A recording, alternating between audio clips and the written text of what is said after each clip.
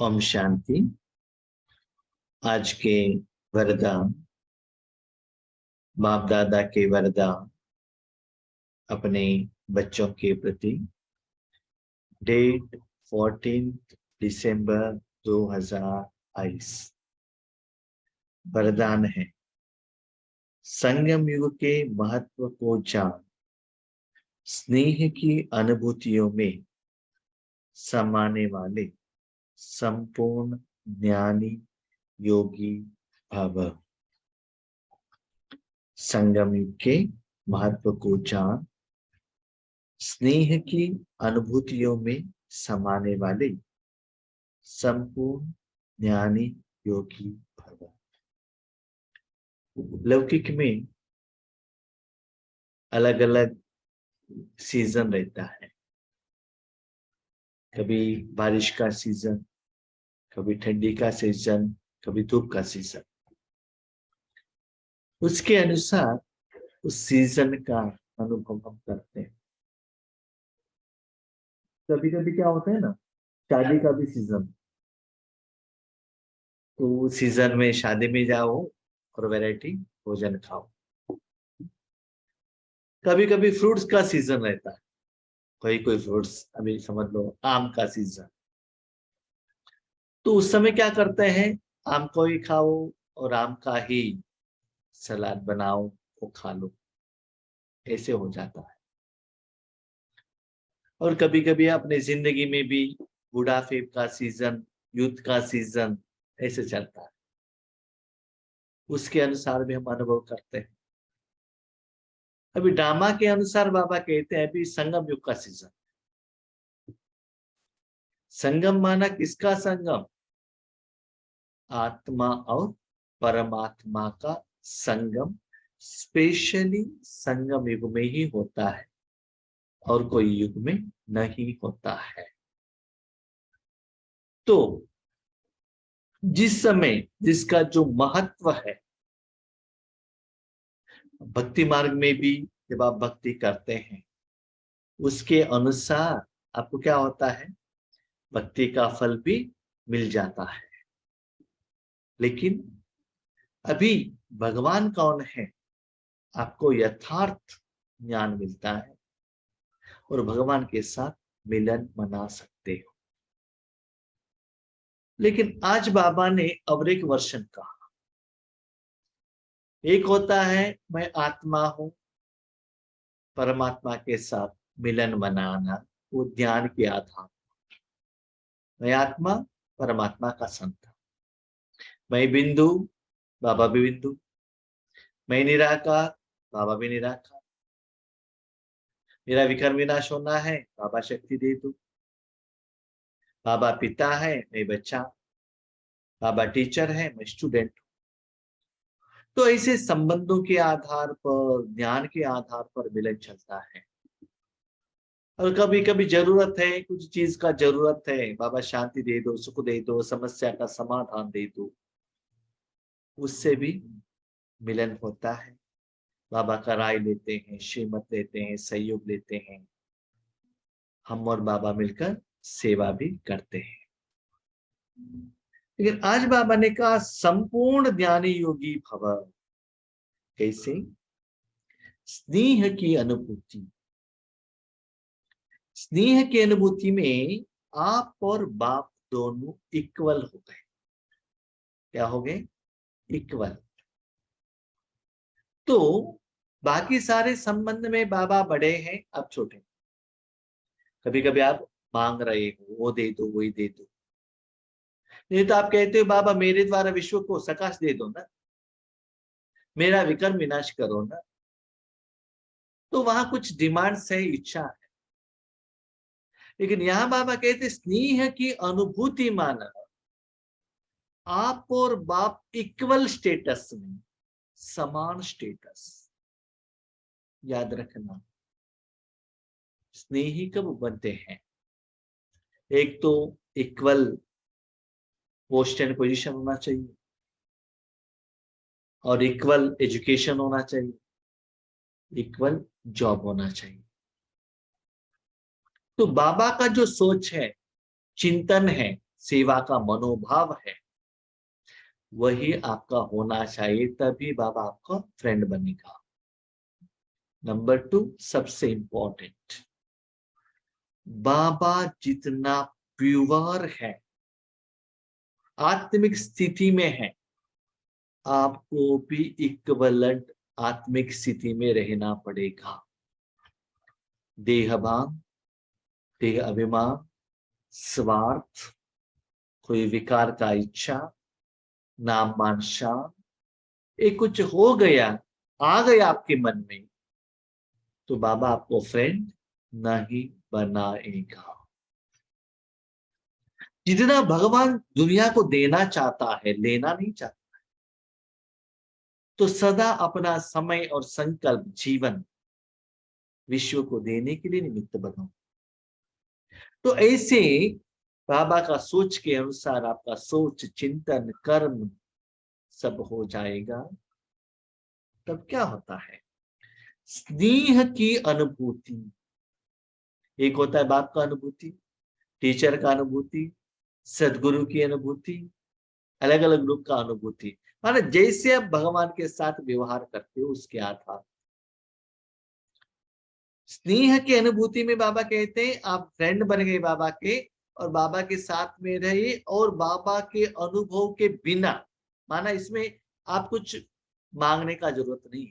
Friend क्या करता है ना, अपने फ्रेंड के पास जो भी चीज है अधिकार से लेकर उसको अनुभव करता है, लेने के टाइम पर उसको पूछता नहीं है। लेकिन ये फ्रेंड का एग्रीमेंट कब होता है, कब ठीक हो जाएगा?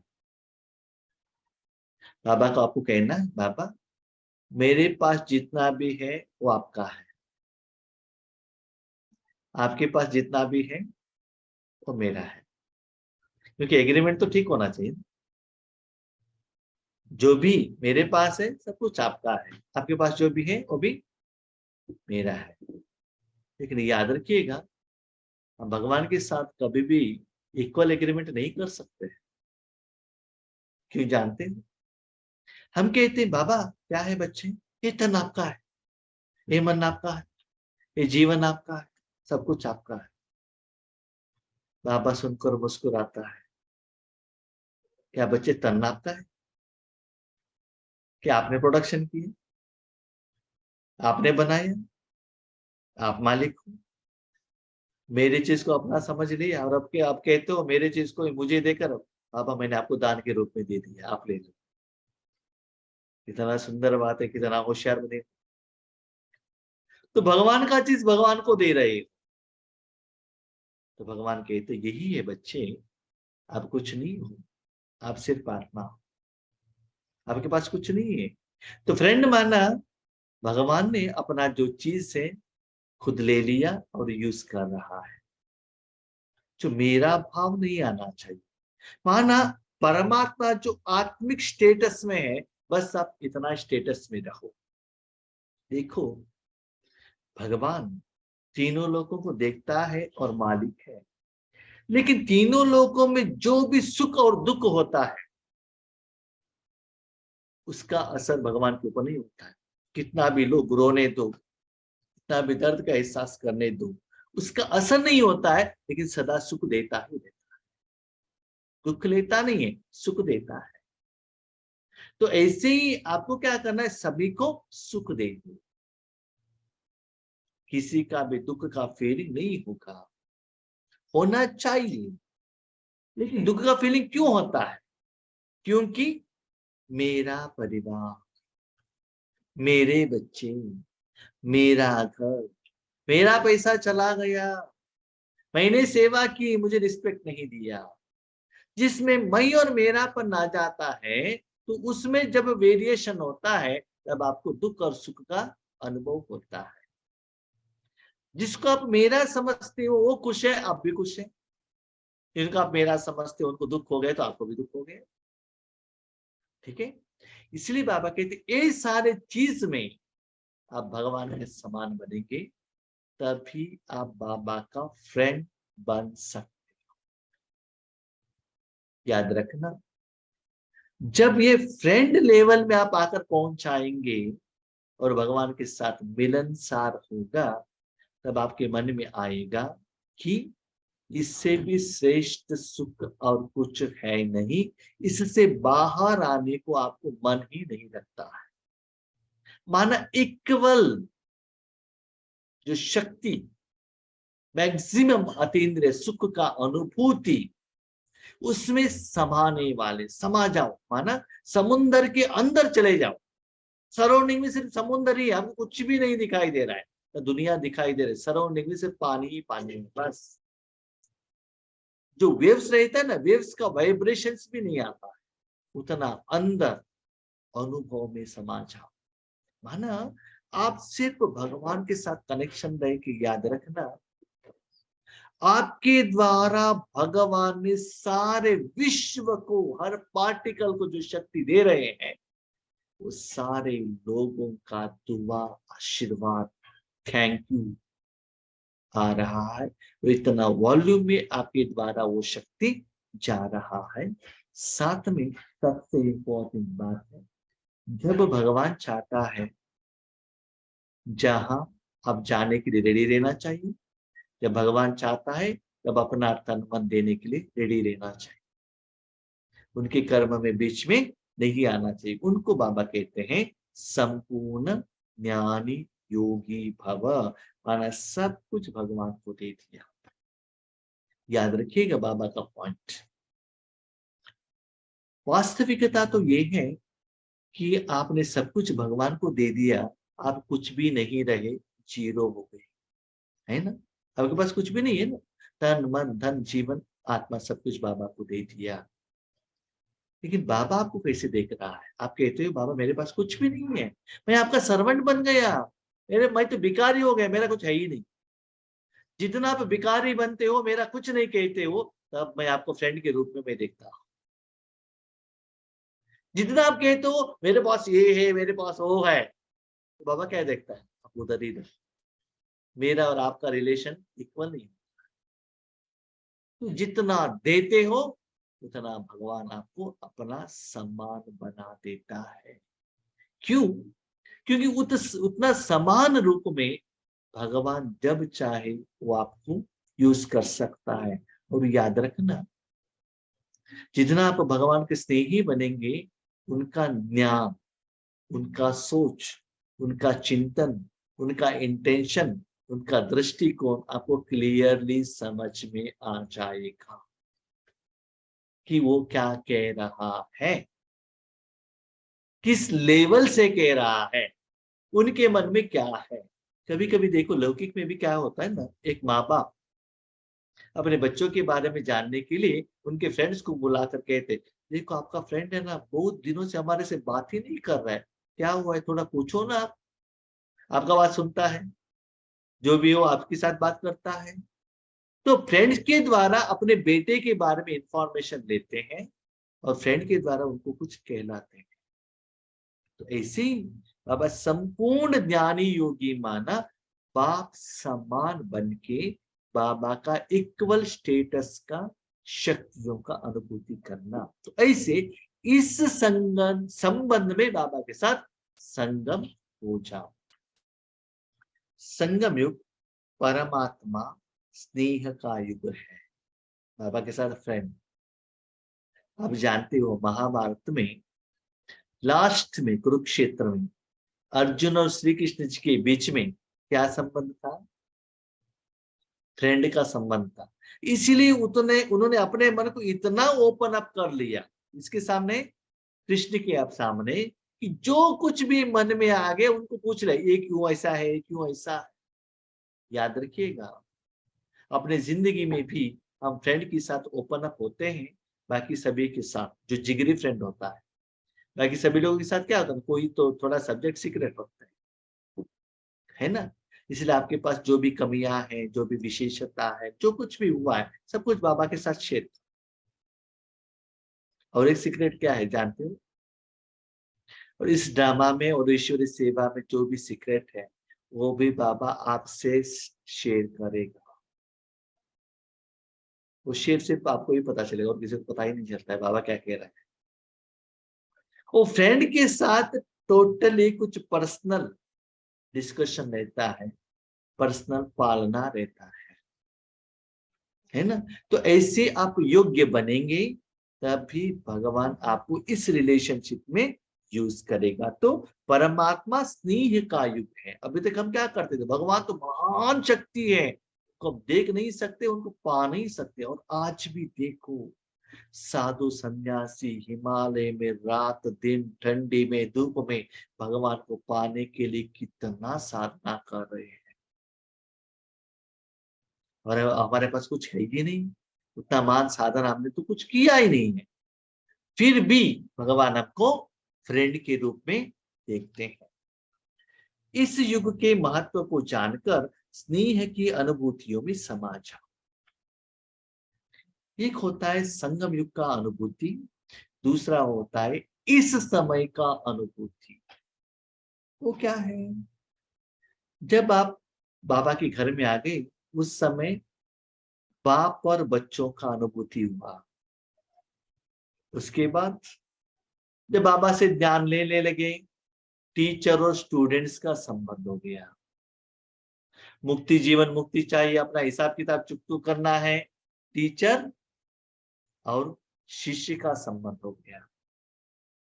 याद रखो, संगम युग में भी लास्ट संबंध, संगम युग में भी अलग अलग है। टीचर बाप, टीचर सदगुरु। अभी नेक्स्ट संबंध बाबा कह रहे, संगम युग में भी लास्ट संबंध क्या है? फ्रेंड का संबंध। तो ओ महत्व को जानो, ओ महत्व। इसलिए बाबा ने कहा संपूर्ण ज्ञानी। ये ज्ञान के आधार पर भी नहीं, सेवा के आधार पर नहीं, याद के आधार पर नहीं, साधना के आधार पर नहीं, अलग अलग वेरिएशन का संबंध के आधार पर नहीं, क्या है? इक्वलेंट, समान। आना बाबा कहते, अभी तक बाबा कह रहे थे बाप समान बनो, बाप समान बनो, बाप समान बनो। आप बन गए तो ऐसी अनुभूति होता है। स्नेह की सागर, स्नेह की हीरे मोतियों की थालियां भर कर दे रही हैं। शांति का सागर नहीं, प्यार का सागर नहीं, क्या दे रहे हैं? स्नेह की हीरे मोतियां दे रहे हैं। जैसे कहते हैं ना, समुद्र के नीचे जितना अंदर जाएंगे वहां रत्न मिलते हैं, ऐसे कहावत है। ऐसे ही स्नेह में जितना भी जाते हैं तो हीरे मोतियों का थाले भर कर दे रहे हैं। क्या भाई जी, कहाँ हीरे है, कहाँ गोल्ड दिखाई नहीं दे रहा है। दिन ब दिन हम गरीबी हो रहे हैं, पैसा ही नहीं। जो भी पहने हैं रोल्ड गोल्ड ही गहने पहन रहे हैं। कहाँ है सिल्वर, कहाँ है रत्न, कहाँ है गोल्ड? लेकिन निराकार रूप में बाबा देता है।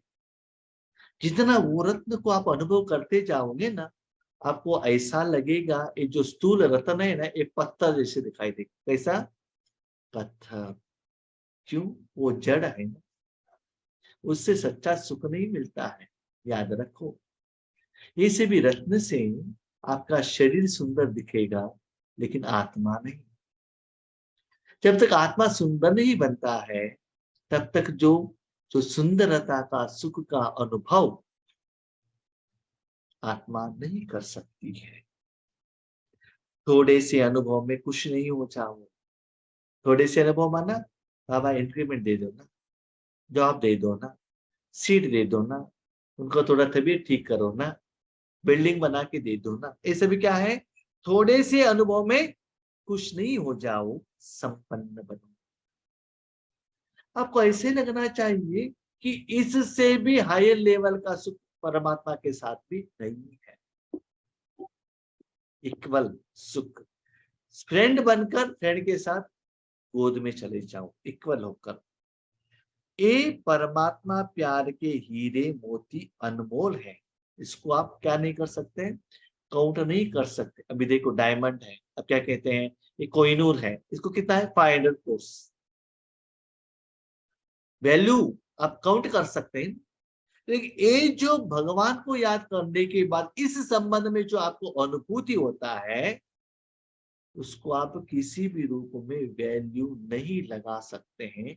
लेकिन उसका वैल्यू जिन्होंने अनुभव किया है, उसको ही पता चलता है। इससे सदा सजे सजाए रहो, क्योंकि यह स्नेह की योग है। स्थूल चीजों से, स्थूल गहनों से शरीर को सजाए नहीं रखना, निराकार रूप में जो बाबा दे रहे हैं फ्रेंड के रूप में, उससे सजा के रखो। इसको बाबा कहते हैं स्नेह की योग है। कभी कभी हमारे जो संदेशियां वतन में जाते हैं, तब उनके अनुभव में कहते हैं बाबा बच्चों को क्या कर रहे हैं, अभी रेडी कर रहे हैं, मूर्ति तो रेडी हो गया, अभी क्या कर रहे हैं, रत्नों से उनको सजा रहे हैं। तो बाबा कहते हैं स्नेह की योग है, बाकी कोई योग नहीं है। क्या है, स्नेह की योग है। और स्नेह में समाना ही संपूर्ण ज्ञान है। स्नेह में चुपचाप समा जाना और कुछ करने का जरूरत ही नहीं है। स्नेही ऐसा रहता है, अपने घर का चाबी आपके हाथ में दे देता है। और लौकिक में भी देखो, मैंने देखा है कि जब कोई व्यक्ति के घर में उनका युगल अपने माँ के घर में चले जाते हैं या बाहर कहाँ भी जाते हैं अपने बच्चों को लेकर छुट्टी के टाइम पर, तो वो जो घर का जो मालिक रहता है ना, मैं वर्तमान समय का हालत में बता रहा हूँ, फ्रेंड्स को बुला के लेकर आके आराम से पार्टी करेंगे, मानो उनको इतना फ्रीडम मिल जाता है फ्रेंड के साथ रहने का। परिवार के साथ में रहना भी उनको क्या होता है, बंधन हो जाता है। लेकिन फ्रेंड के साथ में रहना माना आराम से क्या करो, लाइफ को एंजॉय करो। वो लोग कैसे एंजॉय करते हैं, नॉनवेज खाते हुए, दारू पीते हुए, ऐसे एंजॉय करते हैं। लेकिन आप कैसे एंजॉय करो, भगवान से मिला हुआ जो रत्न है उसके साथ एंजॉयमेंट करो। बाबा कहते हैं बच्चे आप भी कुछ कम नहीं हो, एवरी संडे पार्टी करो ना। क्या है पार्टी, यस। अव्यक्त मुरली में जो मैं देता हूँ वो साधना करो और सारे दिन पार्टी करो। अभी तो बीच बीच में बाबा का मिलन का मुरली भी आ रहा है, उससे भी मुझे क्या करो, पार्टी करो। बच्चे क्या है, वो वीकेंड में पार्टी करते हैं ना, साल में एक बार करते हैं ना, शादी में करते हैं ना, तो आप हर सेकंड पार्टी करो ना। मैंने तो परमिशन दे दिया, आपको क्या चाहिए बताओ, नया साल का गिफ्ट दे दिया, पार्टी चाहिए दे दी, तो सब कुछ बाबा दे रहा है, ताकि आपको ऐसा ना हो दुनिया वालों को जो अनुभव हो रहा है वो हमको नहीं हुआ है। तो ऐसे निर्बंधन होकर फ्रीडम से क्या करो, भगवान के साथ मिलन बनाओ। ऐसे रूहानी स्नेह का सदा अनुभव करने वाले ही संपूर्ण ज्ञानी योगी है। अब कहते रूहानी स्नेह, जिस्मानी स्नेह नहीं, वो भी सदा अनुभव करो। माना बाप के समान आप संपूर्णता के स्टेज पर जाकर पहुंच गए। जब ब्रह्मा बाबा शिव बाबा समान बन गए, तो शिव बाबा ने अपना नाम चेंज कर दिया, बाप दादा। क्या कहा बाबा ने, बाप दादा।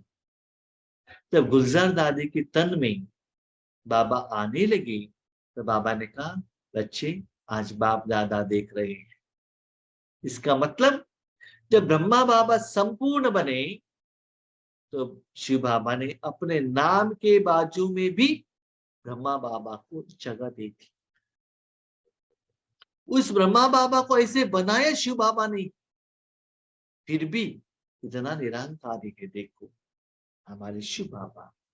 तो ये दोनों बाप अपने बच्चों को अपने समान बनाना चाहते हैं। तो ऐसे रूहानी स्नेह का हर समय अनुभव करते चलो। कभी कभी मैंने भी देखा है, चाहे ईश्वरी परिवार में स्पेशली, एक्चुअली क्या है ना, लौकिक में ऐसे भी हम ट्रायल नहीं कर सकते हैं।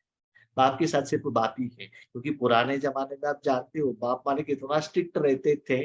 उनके आगे खड़े होकर आंखों में आंखों देके बात करना है बहुत मुश्किल होता। आज के बात तो अलग है। तो बाप को टीचर के ये फ्रेंड के रूप में देखना क्या है, सोचना भी मुश्किल होता था। लेकिन मैंने देखा है जब ईश्वरी परिवार में अलग अलग लेवल में बहुत सारे आत्माओं के साथ कनेक्शन में आते हैं तो क्या होता है ना, अभी समझ लिए हमारे साथ कोई कनेक्शन में आएंगे, पहले उनको डर रहता, योगेश भाई उनके साथ कैसे रहे, क्या करे, कैसे रहे, इसे थोड़ा डिफ्रेंसिएशन रहता है।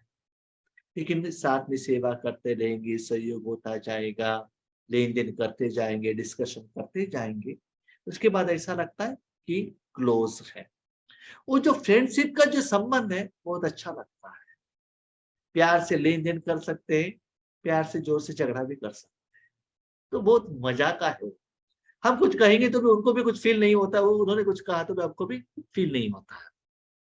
वो संबंध मुझे बहुत अच्छा लगता है। ठीक है, ऐसे ही बाबा के साथ भी आप ऐसे ही रह सकते हो। उसको बाबा कहते हैं संपूर्ण ज्ञानी और योगी। स्लोगन, जो व्यर्थ की फीलिंग से परे रहते हैं वही मायाजित बनता है। बाबा के बनने की बात क्यों, क्या, कब, कैसे, ये आता ही नहीं। याद रखना, आपकी जिंदगी में भगवान है और सब कुछ भगवान कर रहा है, तो वहां व्यर्थ आने का चांस ही नहीं है। जो कुछ भी है सम अर्थ। लेकिन आप वहां हैं, आप आ गए, बाबा नहीं है, आप आ गए, क्या होता है ना, ये ठीक होगा, ये नहीं होगा, ठीक नहीं हुआ तो वो कर्म और कर्म के फल के बारे में आपको बहुत सोचना पड़ता है। ये वेस्ट हो गया तो संकल्प से ही स्टार्ट हो। और हर कर्म आपने बाबा को सौंप दी, तो बाबा से करवाया, तो स्टार्टिंग से ही अंदर से एक कॉन्फिडेंस रहता है। जब आपने समय, संकल्प, श्वास भगवान को दे दिया, उसमें एक सेकंड में व्यर्थ जाने का चांस ही नहीं है। तो आपके मन में व्यर्थ का फीलिंग आ गया, माना थोड़ा कुछ विकार आ गया, व्यर्थ ही नहीं आया, तो समझ लो आप माया के ऊपर जय प्राप्त हो गई। तो बाबा सिंपल कहते हैं, बच्चे देखो, जहां मेरा 100% मेरा वहां मन बाबा वहां रहता है, तो माया वहां आने का बात तो देखो, आंख उठाकर देख भी नहीं सकती है। जब सीता के साथ राम और लक्ष्मण थे, तब तक रावण नजदीक में भी नहीं आया। लेकिन जब मारीच आ गया सोने की हिरण में, तो सोने के रूप में माया आ गई ना, तो रावण उठाकर चला गया। ऐसे ही व्यर्थ आने को नहीं देना। माना आपको फीलिंग आ रहा है, इसका मतलब आप बाप से डिस्कनेक्ट हो गए हो और माया की वश हो गए। ठीक है, अच्छा, ओम शांति।